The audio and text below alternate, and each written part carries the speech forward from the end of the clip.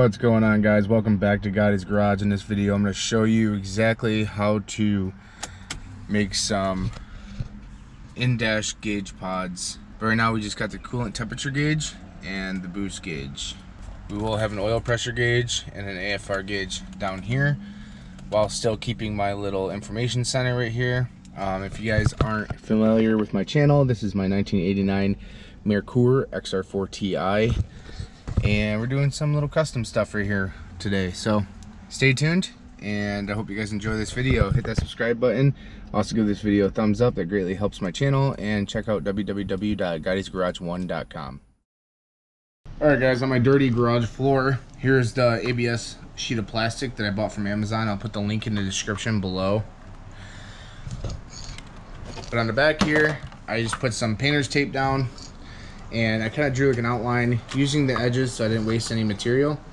And we got kind of a rough estimate. This is going to be a little bit bigger than this, because you always want to cut bigger so that way you can trim and make things work better. But I'm just going to use a angle grinder, and we're going to cut this slowly. Now the angle grinder will work on this plastic. It'll melt the edges, and they just kind of, like, once it cools down, they kind of just snap right off. So I'll show you guys that when I'm done with it. But we're going to go ahead and cut this piece, see how it lines up on the back of this gutted vent. And again, this isn't just for a Merkur. You can do this in any vehicle. You just have to be smart about it and measure and take your time, kind of thing. Because like I said, this thing was like 10 bucks, and you got this big, this sheet. So you want to make this stuff last, or order a lot of it if you don't feel like being patient, I guess. So I'm gonna cut this out. I'll show you guys what it looks like after it's all cut out and how it lines up and stuff, and then also what to do with the edges to make it like nicer. And then this is plastic, so we're gonna glue this. I'm gonna sand it, make this back just a little rough because it's really smooth. So we're gonna sand the backs just enough to kind of glue it on this lip right here. And exactly like I told you not to do in Impatient Garage, I cut one time and didn't double check any measurements and realized that it just doesn't fit. So I had to cut another piece, which I cut a little bit bigger. So I cut like a 1/4 inch bigger on each side, well, for this side, and just a tiny little bit bigger for the top and bottom. And this one completely covers, I kind of have it crooked right now, there we go. So this one completely covers the entire gutted vent. So now you can pull this tape off, and then here is the back of it. And then, as you can tell, you got a little bit of like I said, melted plastic. And this is definitely not cut straight because I cut a little bit bigger and I got kind of too close to the line right here. But then all you do on this little melted plastic, you just pull it right off.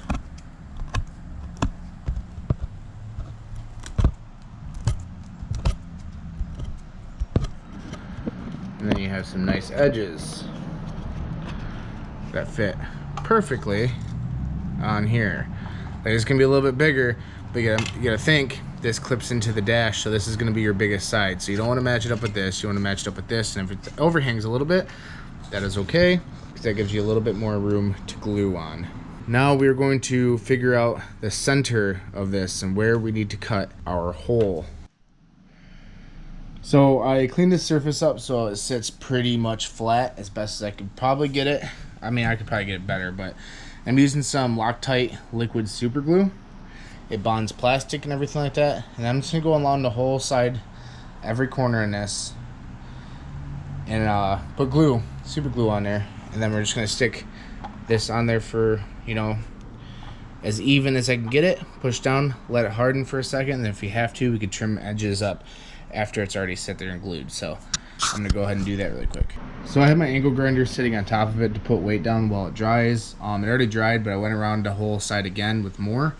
And as you can tell, it's a little not perfectly even, but that was the point of cutting it bigger, is because then you have room for error, because this glue dries really fast.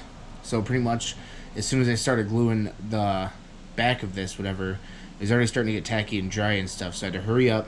I just set it down there just enough so it was covering all the inside, pieces. And then you can go back and you can trim anything if you want to, because I'm assuming that this is going to fit right in as is. But if it doesn't, you can trim it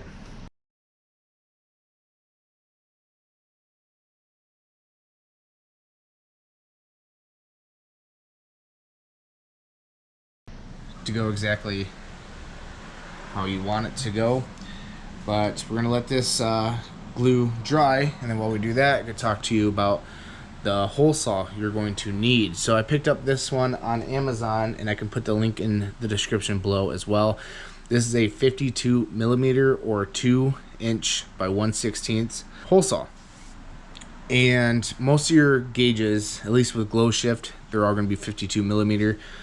I think AEM and all that's also 52 millimeter. And this comes, I don't know if you guys know what a hole, or you know, the idea of a hole saw, but you have your starter bit, which just screws right into the top, and that is what starts the hole, so you can, you know, it's not walking all over the place while you're trying to draw, you know, drill this big hole. So then you can drill the starter hole, and then once you get past this little part, it starts cutting on the outside, and it will make a 52 millimeter hole right in your ABS plastic, so your gauge will fit in there.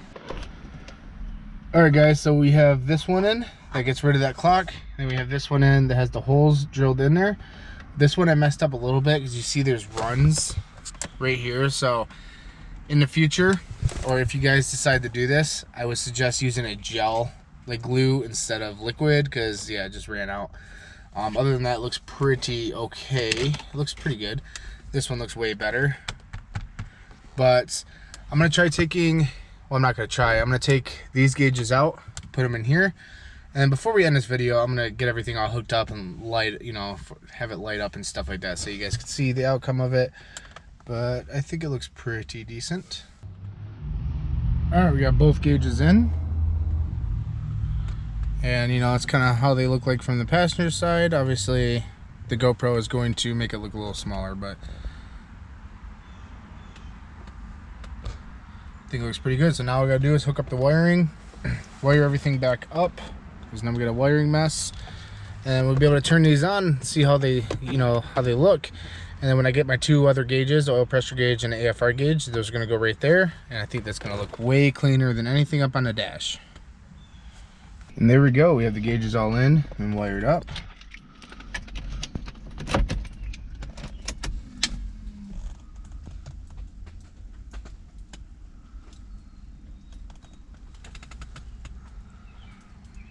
So if we're just sitting there driving, that's what it's going to look like. Here.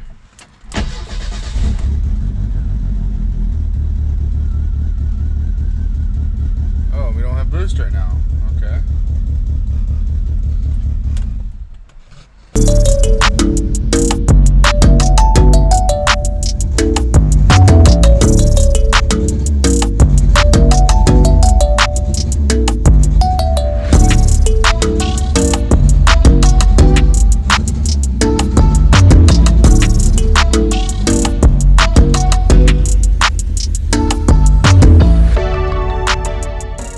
Alright guys, I hope you guys enjoyed this video. I hope it helped out a lot. There are some things that I should have done differently that I mentioned before, like using some gel glue instead of some running glue, so that way you don't get any runs and stuff like I did. But for this car, this will work just fine. I probably will paint this later to get rid of any imperfections. But for right now, I'm happy with how it turns out. It looks way better than having it up here on my dash or something like that. This is a little bit more inconspicuous, I guess. It's a little bit more factory looking, I would say, and I'm happy with the outcome. I hope you guys are too. Hit that subscribe button, give this video a thumbs up, and go to my website, www.gottysgarage1.com, and check out some stuff. All the proceeds go right back into this car or another build that I might be doing here soon. So stay tuned, stay different, and thanks for watching.